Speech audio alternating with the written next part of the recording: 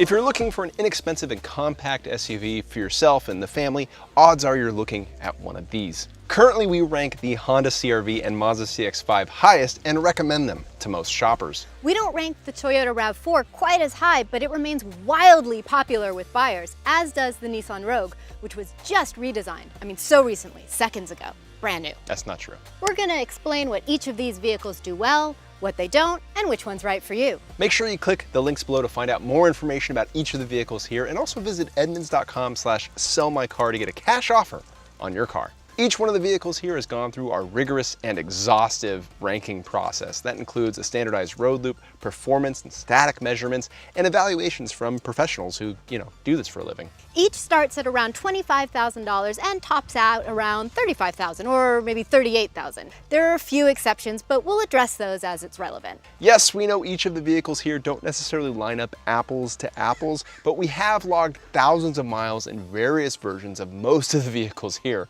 So think of them as like ambassadors from their respective model lines. Representatives. The Honda CR-V has been a longtime favorite of our team. We've ranked it #1 among small SUVs for the past few years now. We validated that decision by buying one and running it in our long-term test fleet for 40,000 miles. As far as fuel economy, you can expect around 30 mpg for most models, though the hybrid gets up to 38 mpg. And like all the SUVs here, the CR-V is available with all-wheel drive. We've had a Mazda CX-5 in our long-term test fleet, and we liked it. In our rankings, it came in just below the CR-V. While that SUV got high marks for interior space and usability, the CX-5 focuses more on driver experience, material quality, and overall style. While the CX-5 is not available in a hybrid, it does offer a 250 horsepower turbocharged 4-cylinder engine, which is more powerful than any of the rest of these. The trade-off, of course, is fuel economy. In its most efficient offering, you're only going to get 28 mpg combined from the Mazda, and if you get that turbo engine, 24. Personally, I think it's worth it. The 2021 Nissan Rogue is the newest vehicle in this group. Now, historically, the Rogue's been a favorite, not due to the attributes of the vehicle itself, but due to the pricing. Now, that's all changed for this year. The pricing hasn't, but the interior is much nicer and newer and has more modern features. What hasn't changed, though, is the engine and transmission, or at least they haven't changed much. They're still behind the rest of the field when it comes to power and fuel economy. The Toyota RAV4 comes in a ton of varieties, including a hybrid, a pricey and powerful plug-in hybrid, and even one that's all dressed up for off-roading. Fuel economy and price ranges vary accordingly, but the regular version hovers around 30 mpg, and the hybrids are around 40. We've evaluated most versions of the RAV4. In fact, the Edmunds team once drove a RAV4 non-stop through all the lower 48 states, which was very fun and meant that we spent a lot of time with it. Through all that, we found most parts of the RAV4 agreeable. It's a solid choice that has received continuous improvements. It's just that some of its competitors put together a package that we like better overall. When we're looking at the cargo areas of these vehicles, we're considering the actual cargo space, how easy it is to load, how functional that area is it easy or difficult to lower the second row, are there power ports back there, and things along those lines. Tailgate party! Yeah. When it comes to cargo space, this is really the CR-V's biggest bragging right. It has the most space here and some clever features to go along with it too. What really makes the space usable though is this low liftover height. On the other side of that, you actually have a height adjusting floor that buys you additional space, but I think most of the time you would just drive around in this position anyway. Why would you have it higher up? And then the second row folds down really easily. If you can reach these levers, that's one way to do it, but if you can't, there's also levers on the side that flip them down just like that. The only thing that's missing back here is a power port, but otherwise this is a really nice cargo area. All right, if you are planning on starting a moving company, the CX-5 is not the way to go. It has considerably less cargo space than the other 3 SUVs in this test. And the load floor is high with a lip that you have to lift things over. It's just not super convenient. Plus, it doesn't have very many of those cool cubbies like the other guys do. Well, that's not totally true. It does have these little winglets in the corner. I don't even know why they're hidden. Doesn't make sense to me. But I will say that it has very convenient handles for putting the seats down, and it's the only one that lets you put the middle down, which means, say you're taking 2 kids and the family skiing, put the skis in the middle, hit the bunny slopes. The Nissan Rogue may not have the most space here, but it does have a really neat party trick, and that's the divide and hide system, where you have the load floor is split into two pieces. So you can raise and lower one section at a time, and you can also flip this one up like that to have a space set up like that for groceries on either side. It's pretty nice. One thing I will call out though, because I am sensitive to having a clean car, is there are a lot of crevices up here that dirt and like Cheerios and little goldfish crackers will inevitably populate. Folding the second row is really easy as well because you have releases that drop it just like that, and there's also a 12-volt power port right here. The Toyota RAV4 Hybrid can brag that it has the same amount of cargo space as the non-hybrid, which means it beats the CR-V in that metric because the CR-V Hybrid has less cargo space than the non-hybrid. One thing about the RAV4 is there are no easy, convenient handles for lowering the rear seats, which means if you're short like me, is really annoying. Also, the seats don't fold all the way flat, which is also annoying. It's fine, it's just not gonna win Cargo Hold of the Year.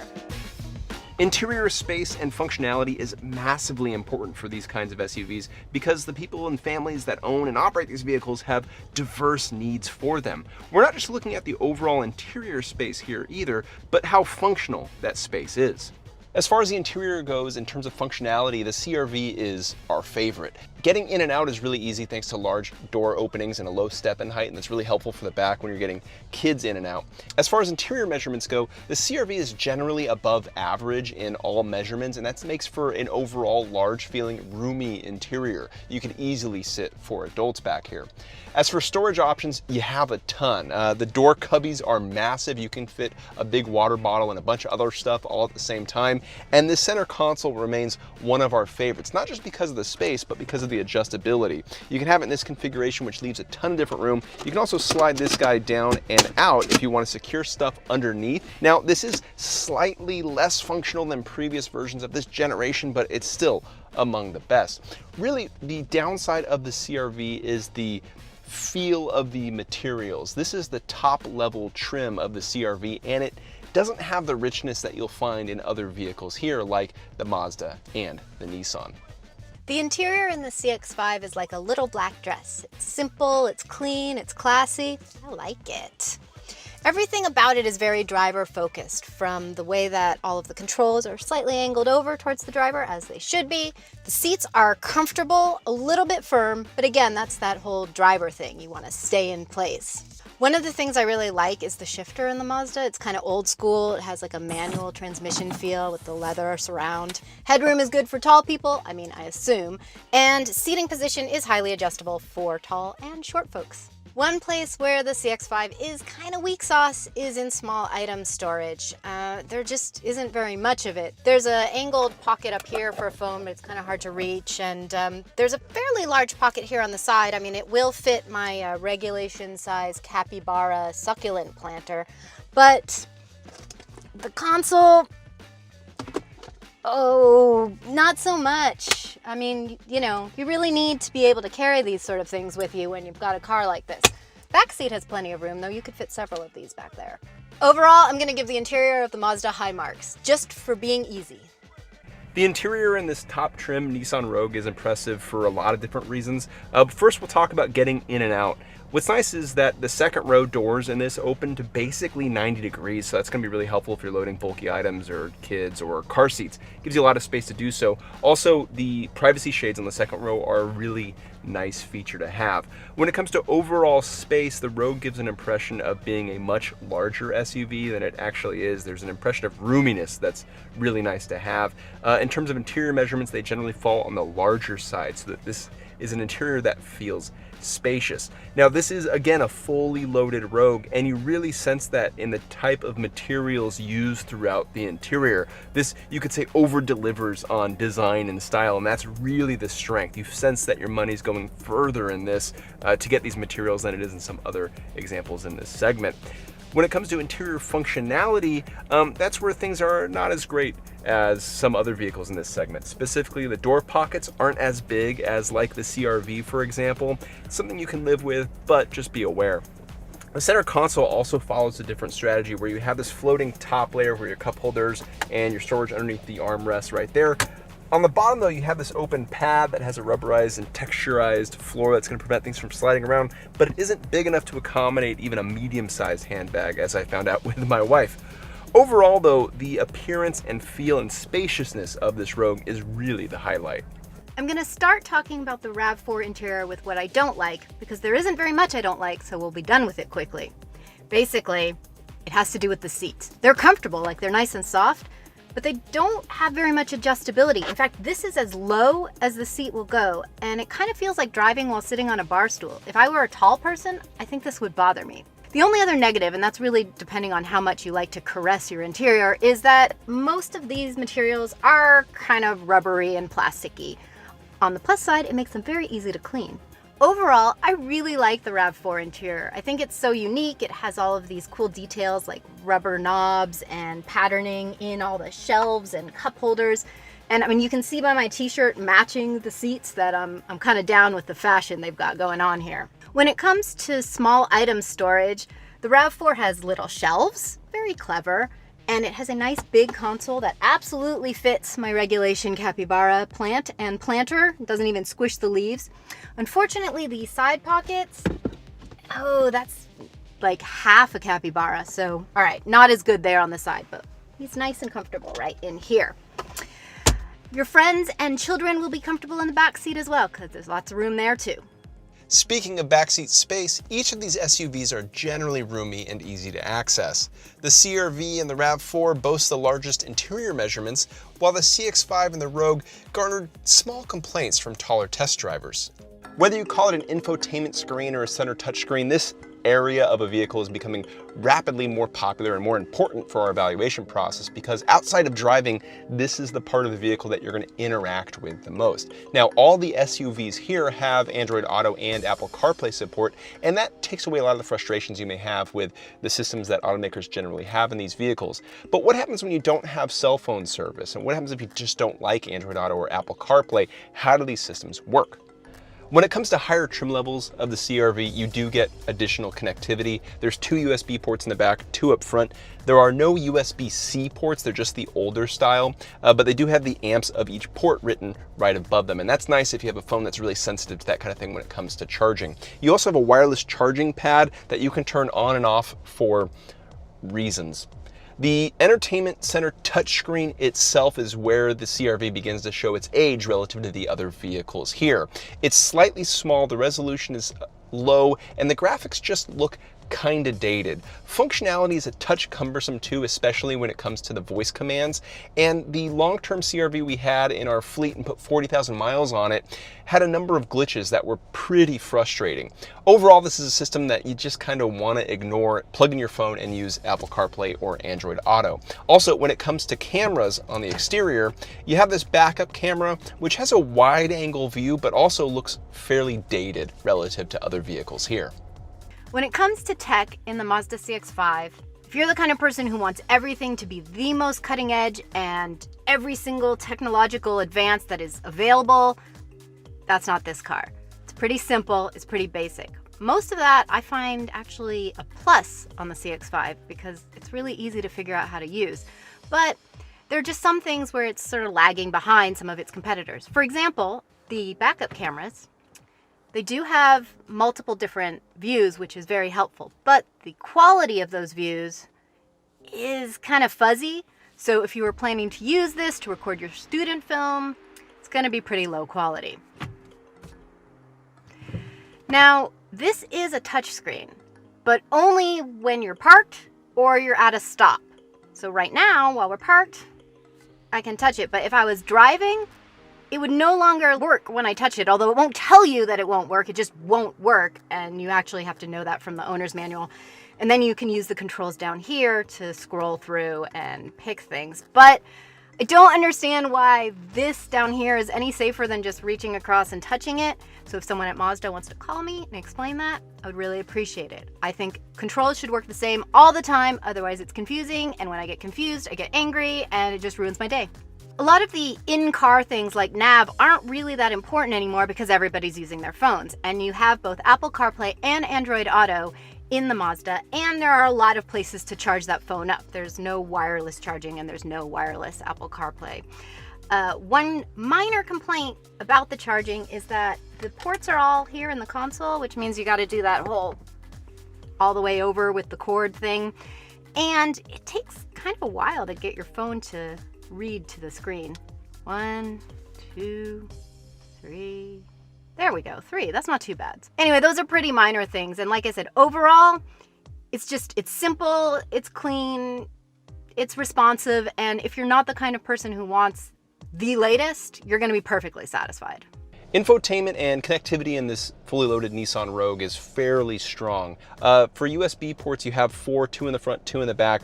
1 on each side is USB-C, so if you have a phone that takes advantage of it, that's a really helpful thing too. Another thing is you get not only wireless charging, but wireless Apple CarPlay is available, and that's something you don't get in any other SUV in this group.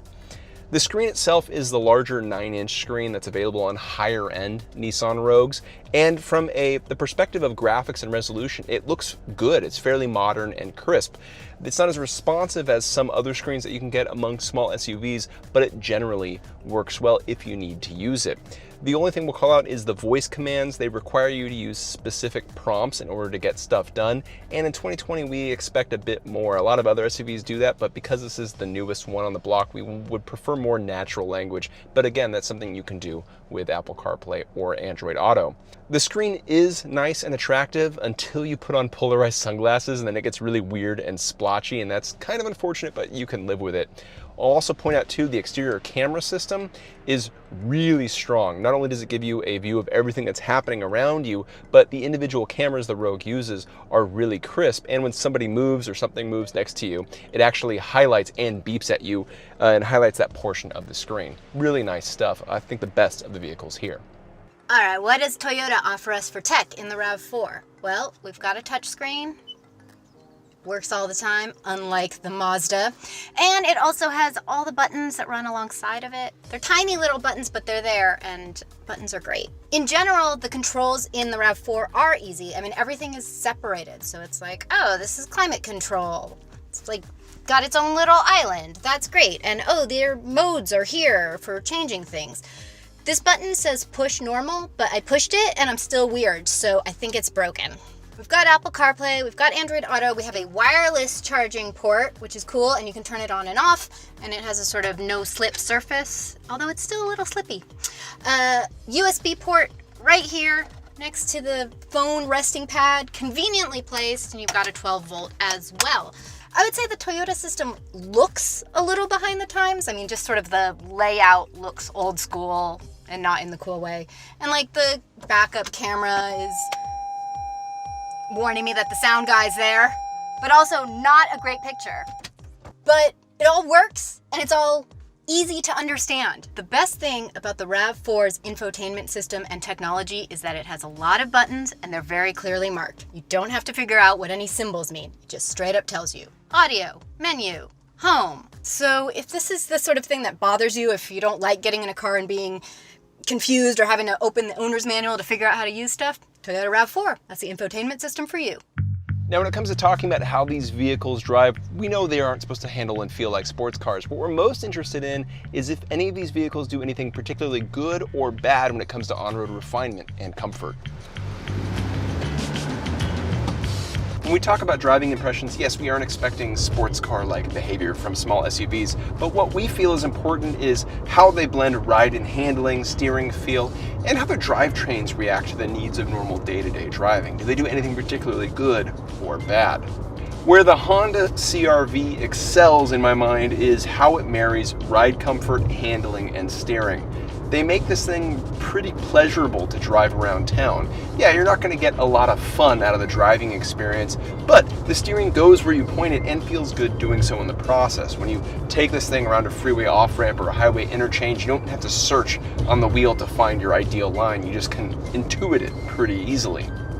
Ride comfort is another area where the CR-V feels really strong. Yeah, it's not super plush, but it isn't overly brittle either. It relays appropriately the texture of the road and impacts you drive over. The engine is a turbo 1.5-liter 4-cylinder and is married to a continuously variable transmission. Power is adequate. Where you may sense some slowness or delay in acceleration is mostly attributable to that continuously variable transmission. It doesn't have traditional gears, so you don't get traditional feeling gear changes. It just kind of blends from one ratio to the next. Now, in theory, that should make for smooth shifts, but when you step on the gas pedal, it can make for a sensation of acceleration that's a little bit slurred and less than ideal. Overall, though, you have enough power in this car to maneuver around traffic, get away from a stop sign or a stoplight, and make a pass on a 2-lane road. This CR-V is equipped with adaptive cruise control, lane keep assist, and so on and so forth. Also frontal collision warning. Our experience with our long-term CR-V that we had for 40,000 miles, we learned to really dislike the frontal collision warning system. We actually turned it off because it was overly sensitive. The adaptive cruise control worked generally as you'd expect, so just keep that in mind when you're considering the safety features of the CR-V. Overall, when it comes to driving the CR-V, this does an appropriate job and everything you might expect on the road. Its real strengths are its steering and its ride. Out of the 4 SUVs that we're testing, the CX5 is the one that I would choose to drive just for the fun of driving. So not to get anywhere, not to listen to the radio, not to haul stuff, just because I enjoy being in it and driving it. When car reviewers talk about driving enjoyment, handling, steering, sometimes it ends up sounding sort of snobby, and if you're just looking for a daily driver, you might be like, why do I even care about that? But even if you don't want to be a race car driver, the things that the Mazda does well, like changing lanes, see, it's just so smooth, and accelerating, at least with the optional turbocharged engine, heck yeah. That's the kind of stuff that's going to make passing on the freeway easier. It's going to make on-ramps and off-ramps or curvy driveways up mountain roads just feel better. You may not want to drive the car like a race car driver, but you're going to feel more confident no matter how you're driving. I think visibility has gotten better in crossovers in the last few years. This front pillar tends to be more narrow now, so you can see around it when you're turning, and they don't lock in the back quite as much as they used to in the designs. But all of that almost doesn't even matter because there are so many driver aids that can help you with like backup cameras and blind spot monitoring. So even if you didn't have any windows, you could probably almost drive this car. Oh God, that would be so depressing. Automakers do not do that. That would be sad. All of the things that I like about the CX5, the steering, the braking, the way it goes around corners, that applies no matter which engine you get. But I do recommend the upgrade to the turbocharged one, even though you'll take a hit in fuel economy, because it is just so much more satisfying. Hey, get some. Yeah, that's a lot better. The base engine is kind of sluggish, and you'll really have to plan ahead if you want to overtake someone. Go for it. Get that horsepower. You deserve it. Everything about the CX5 design is really about the driver. You know, everything's just like laid out in front of you, simple. You're in the car to experience the road. You don't need to have a whole bunch of distractions. It's really no surprise that Mazda's SUV is a good handling machine. I mean, after all, have you ever heard of a little car called the Miata? Yeah, Mazda knows how to make a car that's fun to drive. I don't recommend getting the CX5 in place of a sports car, but out of the crossovers on our list, it's definitely the sportiest one. And it's not just like sporty by default, it's genuinely fun to drive. Two things I need to call out with the Rogue immediately. One doesn't matter, the other one does. The one that doesn't matter is the shifter. Instead of rocking back and forth when you shift a gear, the whole thing moves front and back. And that's just strange. It doesn't change anything, but you should know. Also, whoever thought it was a good idea to put heat conductive material on the window up and down switches should rethink that decision. It's not a good one. As for the way the Rogue drives, here's the thing. It does everything just fine. If you genuinely do not care about how a car drives, you can disregard everything I'm about to say. If you do find enjoyment in the experience of driving, particularly with regard to steering, the Rogue is going to let you down. Not that there's anything bad per se, it's just that vehicles like the CR-V and the Mazda CX-5 have a nicer experience when it comes to steering. And it's one of those things that's hard to put language against to describe why, but when we drove these vehicles back to back, each one of us got out of the Rogue asking, what's the deal with the steering? My particular complaint was with the way it returned and behaved on center when the steering wheel was straight. It's a little loose, a little vague, behaved in a way that made me have to pay extra attention to the steering wheel in order to keep the wheel straight. Not ideal. Let's talk about drivability. In the Rogue, you have a 2.5 liter 4-cylinder and, like the CR-V, a continuously variable transmission. The engine is slightly outgunned in this group when it comes to power, although you don't really sense it on the road. It doesn't become that apparent. It's mostly apparent in the figures themselves that we got when we test these vehicles. The continuously variable transmission, much like the Honda CR-V, can feel somewhat strange when you really step on that gas pedal hard.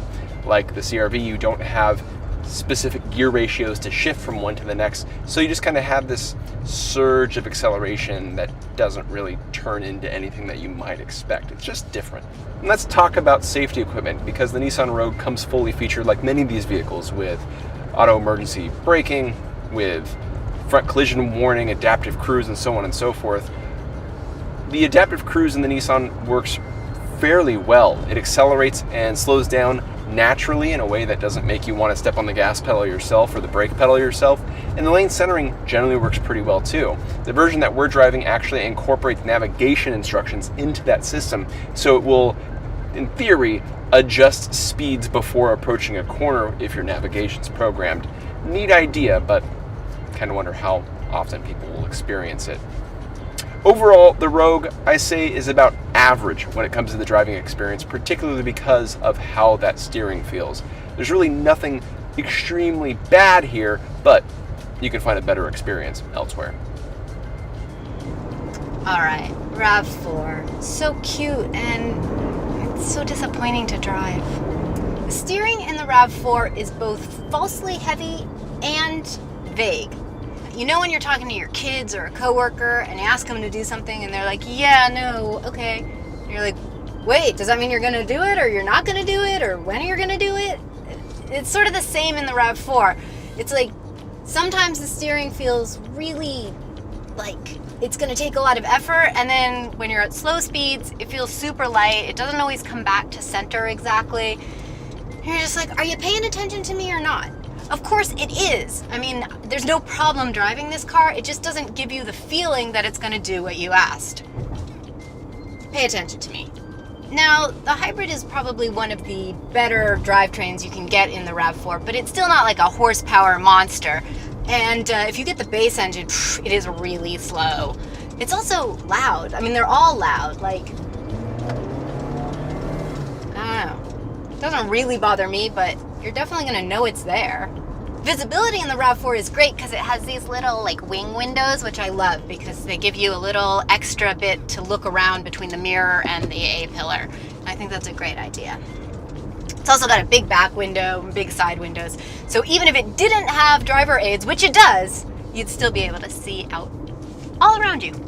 And the visibility is probably one of the reasons why people like the RAV4 so much for camping and off-roading, because you know you can really see where you're going. You're not going to drive off a cliff or run over a bush. I find the gauge display disappointing in the RAV4, especially here in the hybrid. It's like it's got this huge digital center screen, but there's really nothing very pretty happening on it. And there's also nothing very interesting to put on it. And then the actual gauges are off to the side and they're little tiny things. And I don't know, just doesn't really do anything for me emotionally. There are a lot of easy to use controls on the steering wheel, but the controls in the console and the screens over here are actually a little bit far away. I mean, I'm sitting pretty close up and I can't really reach the tuning knob, and even the shifter is a little bit of a stretch. The overall complaint I have about driving the RAV4 is just that nothing seems very well matched. You know, the steering, I already talked about, feels heavy. The throttle's a little laggy, and it just sort of feels like, all right, you know when you're hungry and there's not really anything to make a good meal, nothing that really goes together, so you end up eating like Ritz crackers and some dried fruit and like a half of a cold piece of pizza, and you're like, okay, it was fine, but it wasn't really a well-matched meal. I'm not gonna put that on Instagram. That's what driving the RAV4 is like. It's not bad, it's just outgunned. The RAV4 does many things well. It's a simple, easy car to live with, and it deserves praise for that. It's also got a lot of personality, which might seem like a silly reason to buy a car, but it's actually really nice to feel like your vehicle represents what an interesting, outgoing, outdoorsy person you are, even if you're just running errands. The reason the RAV4 doesn't rank higher is because everything that it does, haul stuff, offer driver aids, connect to your phone, its competitors do just a little bit better or with a little more style. The Nissan Rogue makes for a very compelling vehicle, especially as we have it here in the fully loaded trim. It over-delivers on features and qualities. I mean, just look at the quilted leather inside. It's really attractive. Okay, we were disappointed with a couple of things with regard to interior functionality and drivability, especially the steering. But if you really don't care about how a car drives, I mean, if you really don't care, the modern and plentiful features in this make it worth consideration over basically any other vehicle here. Here's the problem with the CX5. By most of the metrics we use to measure things, it falls short. It doesn't have the most cargo space, doesn't have the best tech. It's not the most options for the money. So why do we rank it so highly? Well, at its core, at the true spiritual center of cardom, that would be driving enjoyment, the Mazda is in a different league than its competitors. It drives well on curvy roads, drives well on straight roads. It looks good standing still. It doesn't have very many gimmicky options, useful or otherwise, but it just drives great. I mean, it's fun to drive. And we'd be remiss as automotive enthusiasts if we didn't reward Mazda for taking that road when most of the segment focuses on utility. So where do we end up after all that? Well, we end up with the CR-V remaining our top pick of small SUVs. First, the bad, and primarily it's to do with age. The CR-V feels old, especially with regard to the infotainment system and the technology inside. And also at this top trim level, you really don't see your money in the interior like you do in the Rogue and the CX5. But then there's everything else, and the CR-V does everything else really well, from the pleasant on-road experience to that really nice pleasurable steering to the interior, which is massive but also highly functional and easy to use. Combine that all together and you end up with a vehicle that remains a really easy recommendation for most shoppers. Stay up to date with the latest SUV rankings by going to edmunds.com/SUV.